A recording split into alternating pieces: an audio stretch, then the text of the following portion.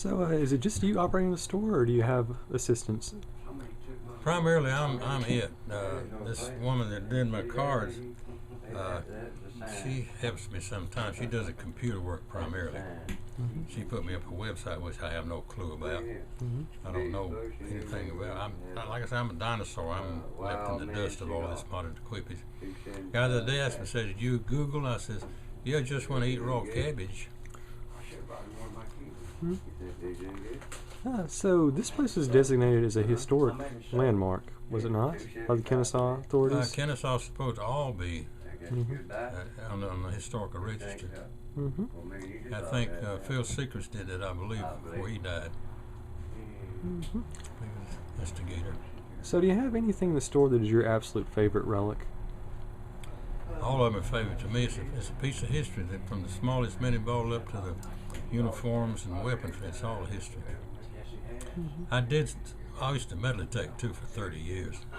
And I did save a canteen that I dug up the road from the house there. It had a bullet hole through it. If the guy had it on, he had a hole in his kidney too, because you wear them right. Well, you know where you wear a canteen. And there was a hole through it. That's about the only thing I say, but I had a lot of relics. It helped me keep going here. I also had a head shop. It kept me going for a while until it condemned it, outlawed it. So you have a sign here that says white trash. Yeah. What does that term mean to you? That's me. I was born in the country. We sharecropped. We didn't know that we're poor or anything like that, but that's what they considered as white trash. So like any misconceptions you think people would have about impoverished whites? I'll tell you. They talk about slavery, indentured service, and tenant farmers are all the same thing. It's a connotation. What you do and you work with another man and he gets the stuff. Don't matter which one of those you go call, you're still in the same category. But slavery has a better ring to it because of the ethnic groups are utilizing that to do something that they acquire something they're not capable of acquiring on their own volition. So there are a lot of people in the community that really, really like you, and a lot that really don't have a preference for you. When people say you're a polemic or a polarizing figure, how do you feel? No, I'm American. I'm not a polarizing figure. No, it really doesn't matter. That's whole sticks and stones thing. There's no concert in the water on the duck's back and thing. It's just one of those things. But as long as they talk, it don't make any difference. There was a report a couple of years ago from the Southern Poverty Law Center. Are you familiar with this one? Which one? I guess I am, because you mean Uncle Morris D's? I believe so. Yeah, that's him. Quote unquote, he said your store sells racist wares. Well, how do you respond to that? If anything that they consider racist, and I sell it, it is. If I don't consider it racist and I sell it, it's not. Racist is a knee-jerk term anyway. It hadn't been in vogue except when somebody latched onto it and started utilizing it to force people to do things because they're white guilt. And I mean, it's just one of those things. I was a coordinator for the John Birch Society back in the 50s, from Crackworth to Smyrna. And we did the same thing then, trying to tell people what was going on out there with the international takeover, but nobody believed it. But back then they called us little old ladies in tennis shoes. Now they call the Tea Party people racist. It's just a knee-jerk word. So what is your political stance? This is 2012, an election year. We don't have anybody to vote for. There's nobody. It's President September. We've had no president since, well, let me tell you this one to prove I'm a racist. Had this colored gentleman who used to come in here every week and buy cigars. He liked the cigars.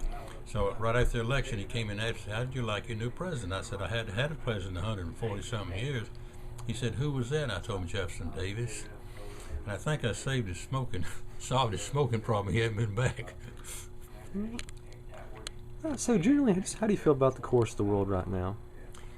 It is gone. Okay. It's over. We're done. That's it. Kaput. It's gone. As we know it. And I hope 2012 is going to happen. If the Mayans are right, Mother Shipton is right, and Nostradamus is right, and the Bible's right. You haven't seen my stone, have you? I don't think I have. Well, check it out sometime. It's right down in the cemetery. That kind of tells all. But we're gone. It's over. And we've let it happen. We've been too busy being entertained. Feeding them cake. They said in French, feeding them cake while you take it over. Well, now you feed them a Super Bowl. Feed them a Super Bowl. They said 93,000 trillion people watched the Super Bowl. I didn't even know what it was. I thought it was something you eat Cheerios out of, supersize. But as long as the American public has got a beer and a cigarette and a ball game, nothing else is of any consequence whatsoever. Nothing. Well, pending the 2012 Mayan thing doesn't go down, where do you see Cobb County in 10 years? What do after 2012? I may not be around. You may be. That street right up there will be just like Afghanistan one of these days. Okay. How so? Well, unemployment is heading that direction. They've got a bunch of people unemployed. They don't have anything. They go take it away from the people that have got it. Well, you ever see a Road Warrior? Yes, that's what it's going to be like right out there. And that whole state's well, overseas it's already started like that. You know, there's the rioting and the burning and the shooting and the looting and the killing and all. It's going to be like that here too. I don't like it because I love my country, but I just don't like the whatever it is doing. Well, it's Illuminati actually. It's a big thing's been going on since the United States was incepted.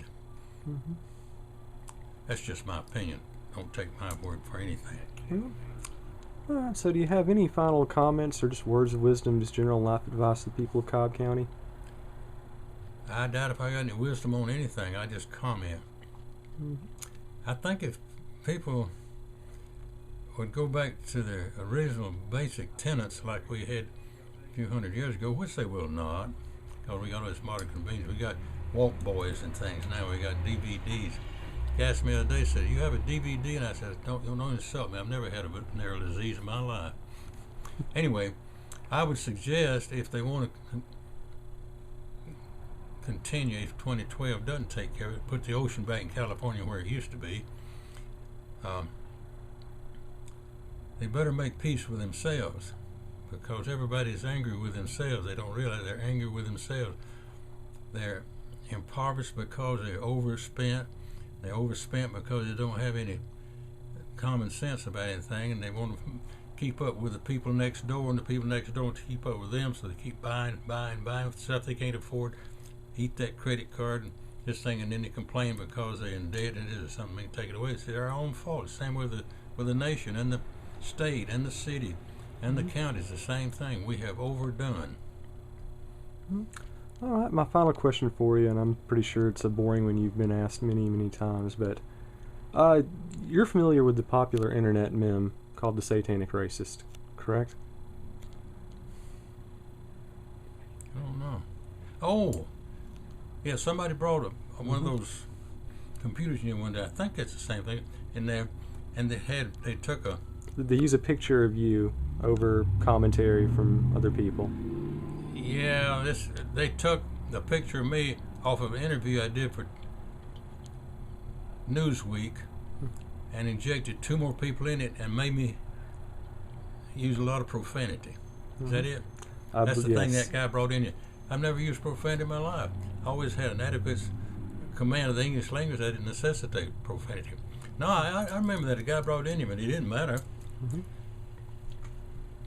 So how do you feel about being sort of an inadvertent celebrity, and unendorsed at that? I'm no celebrity. It's just the fact I'm convenient. Just convenient. A lot of people are more important than I am. I'm just like I said, I was raised in the country. We sharecrop about as low as you can get, but we weren't aware of the fact that we were not elite, because we had plenty to eat, raised ourselves, lived off the land. And that's in the first depression.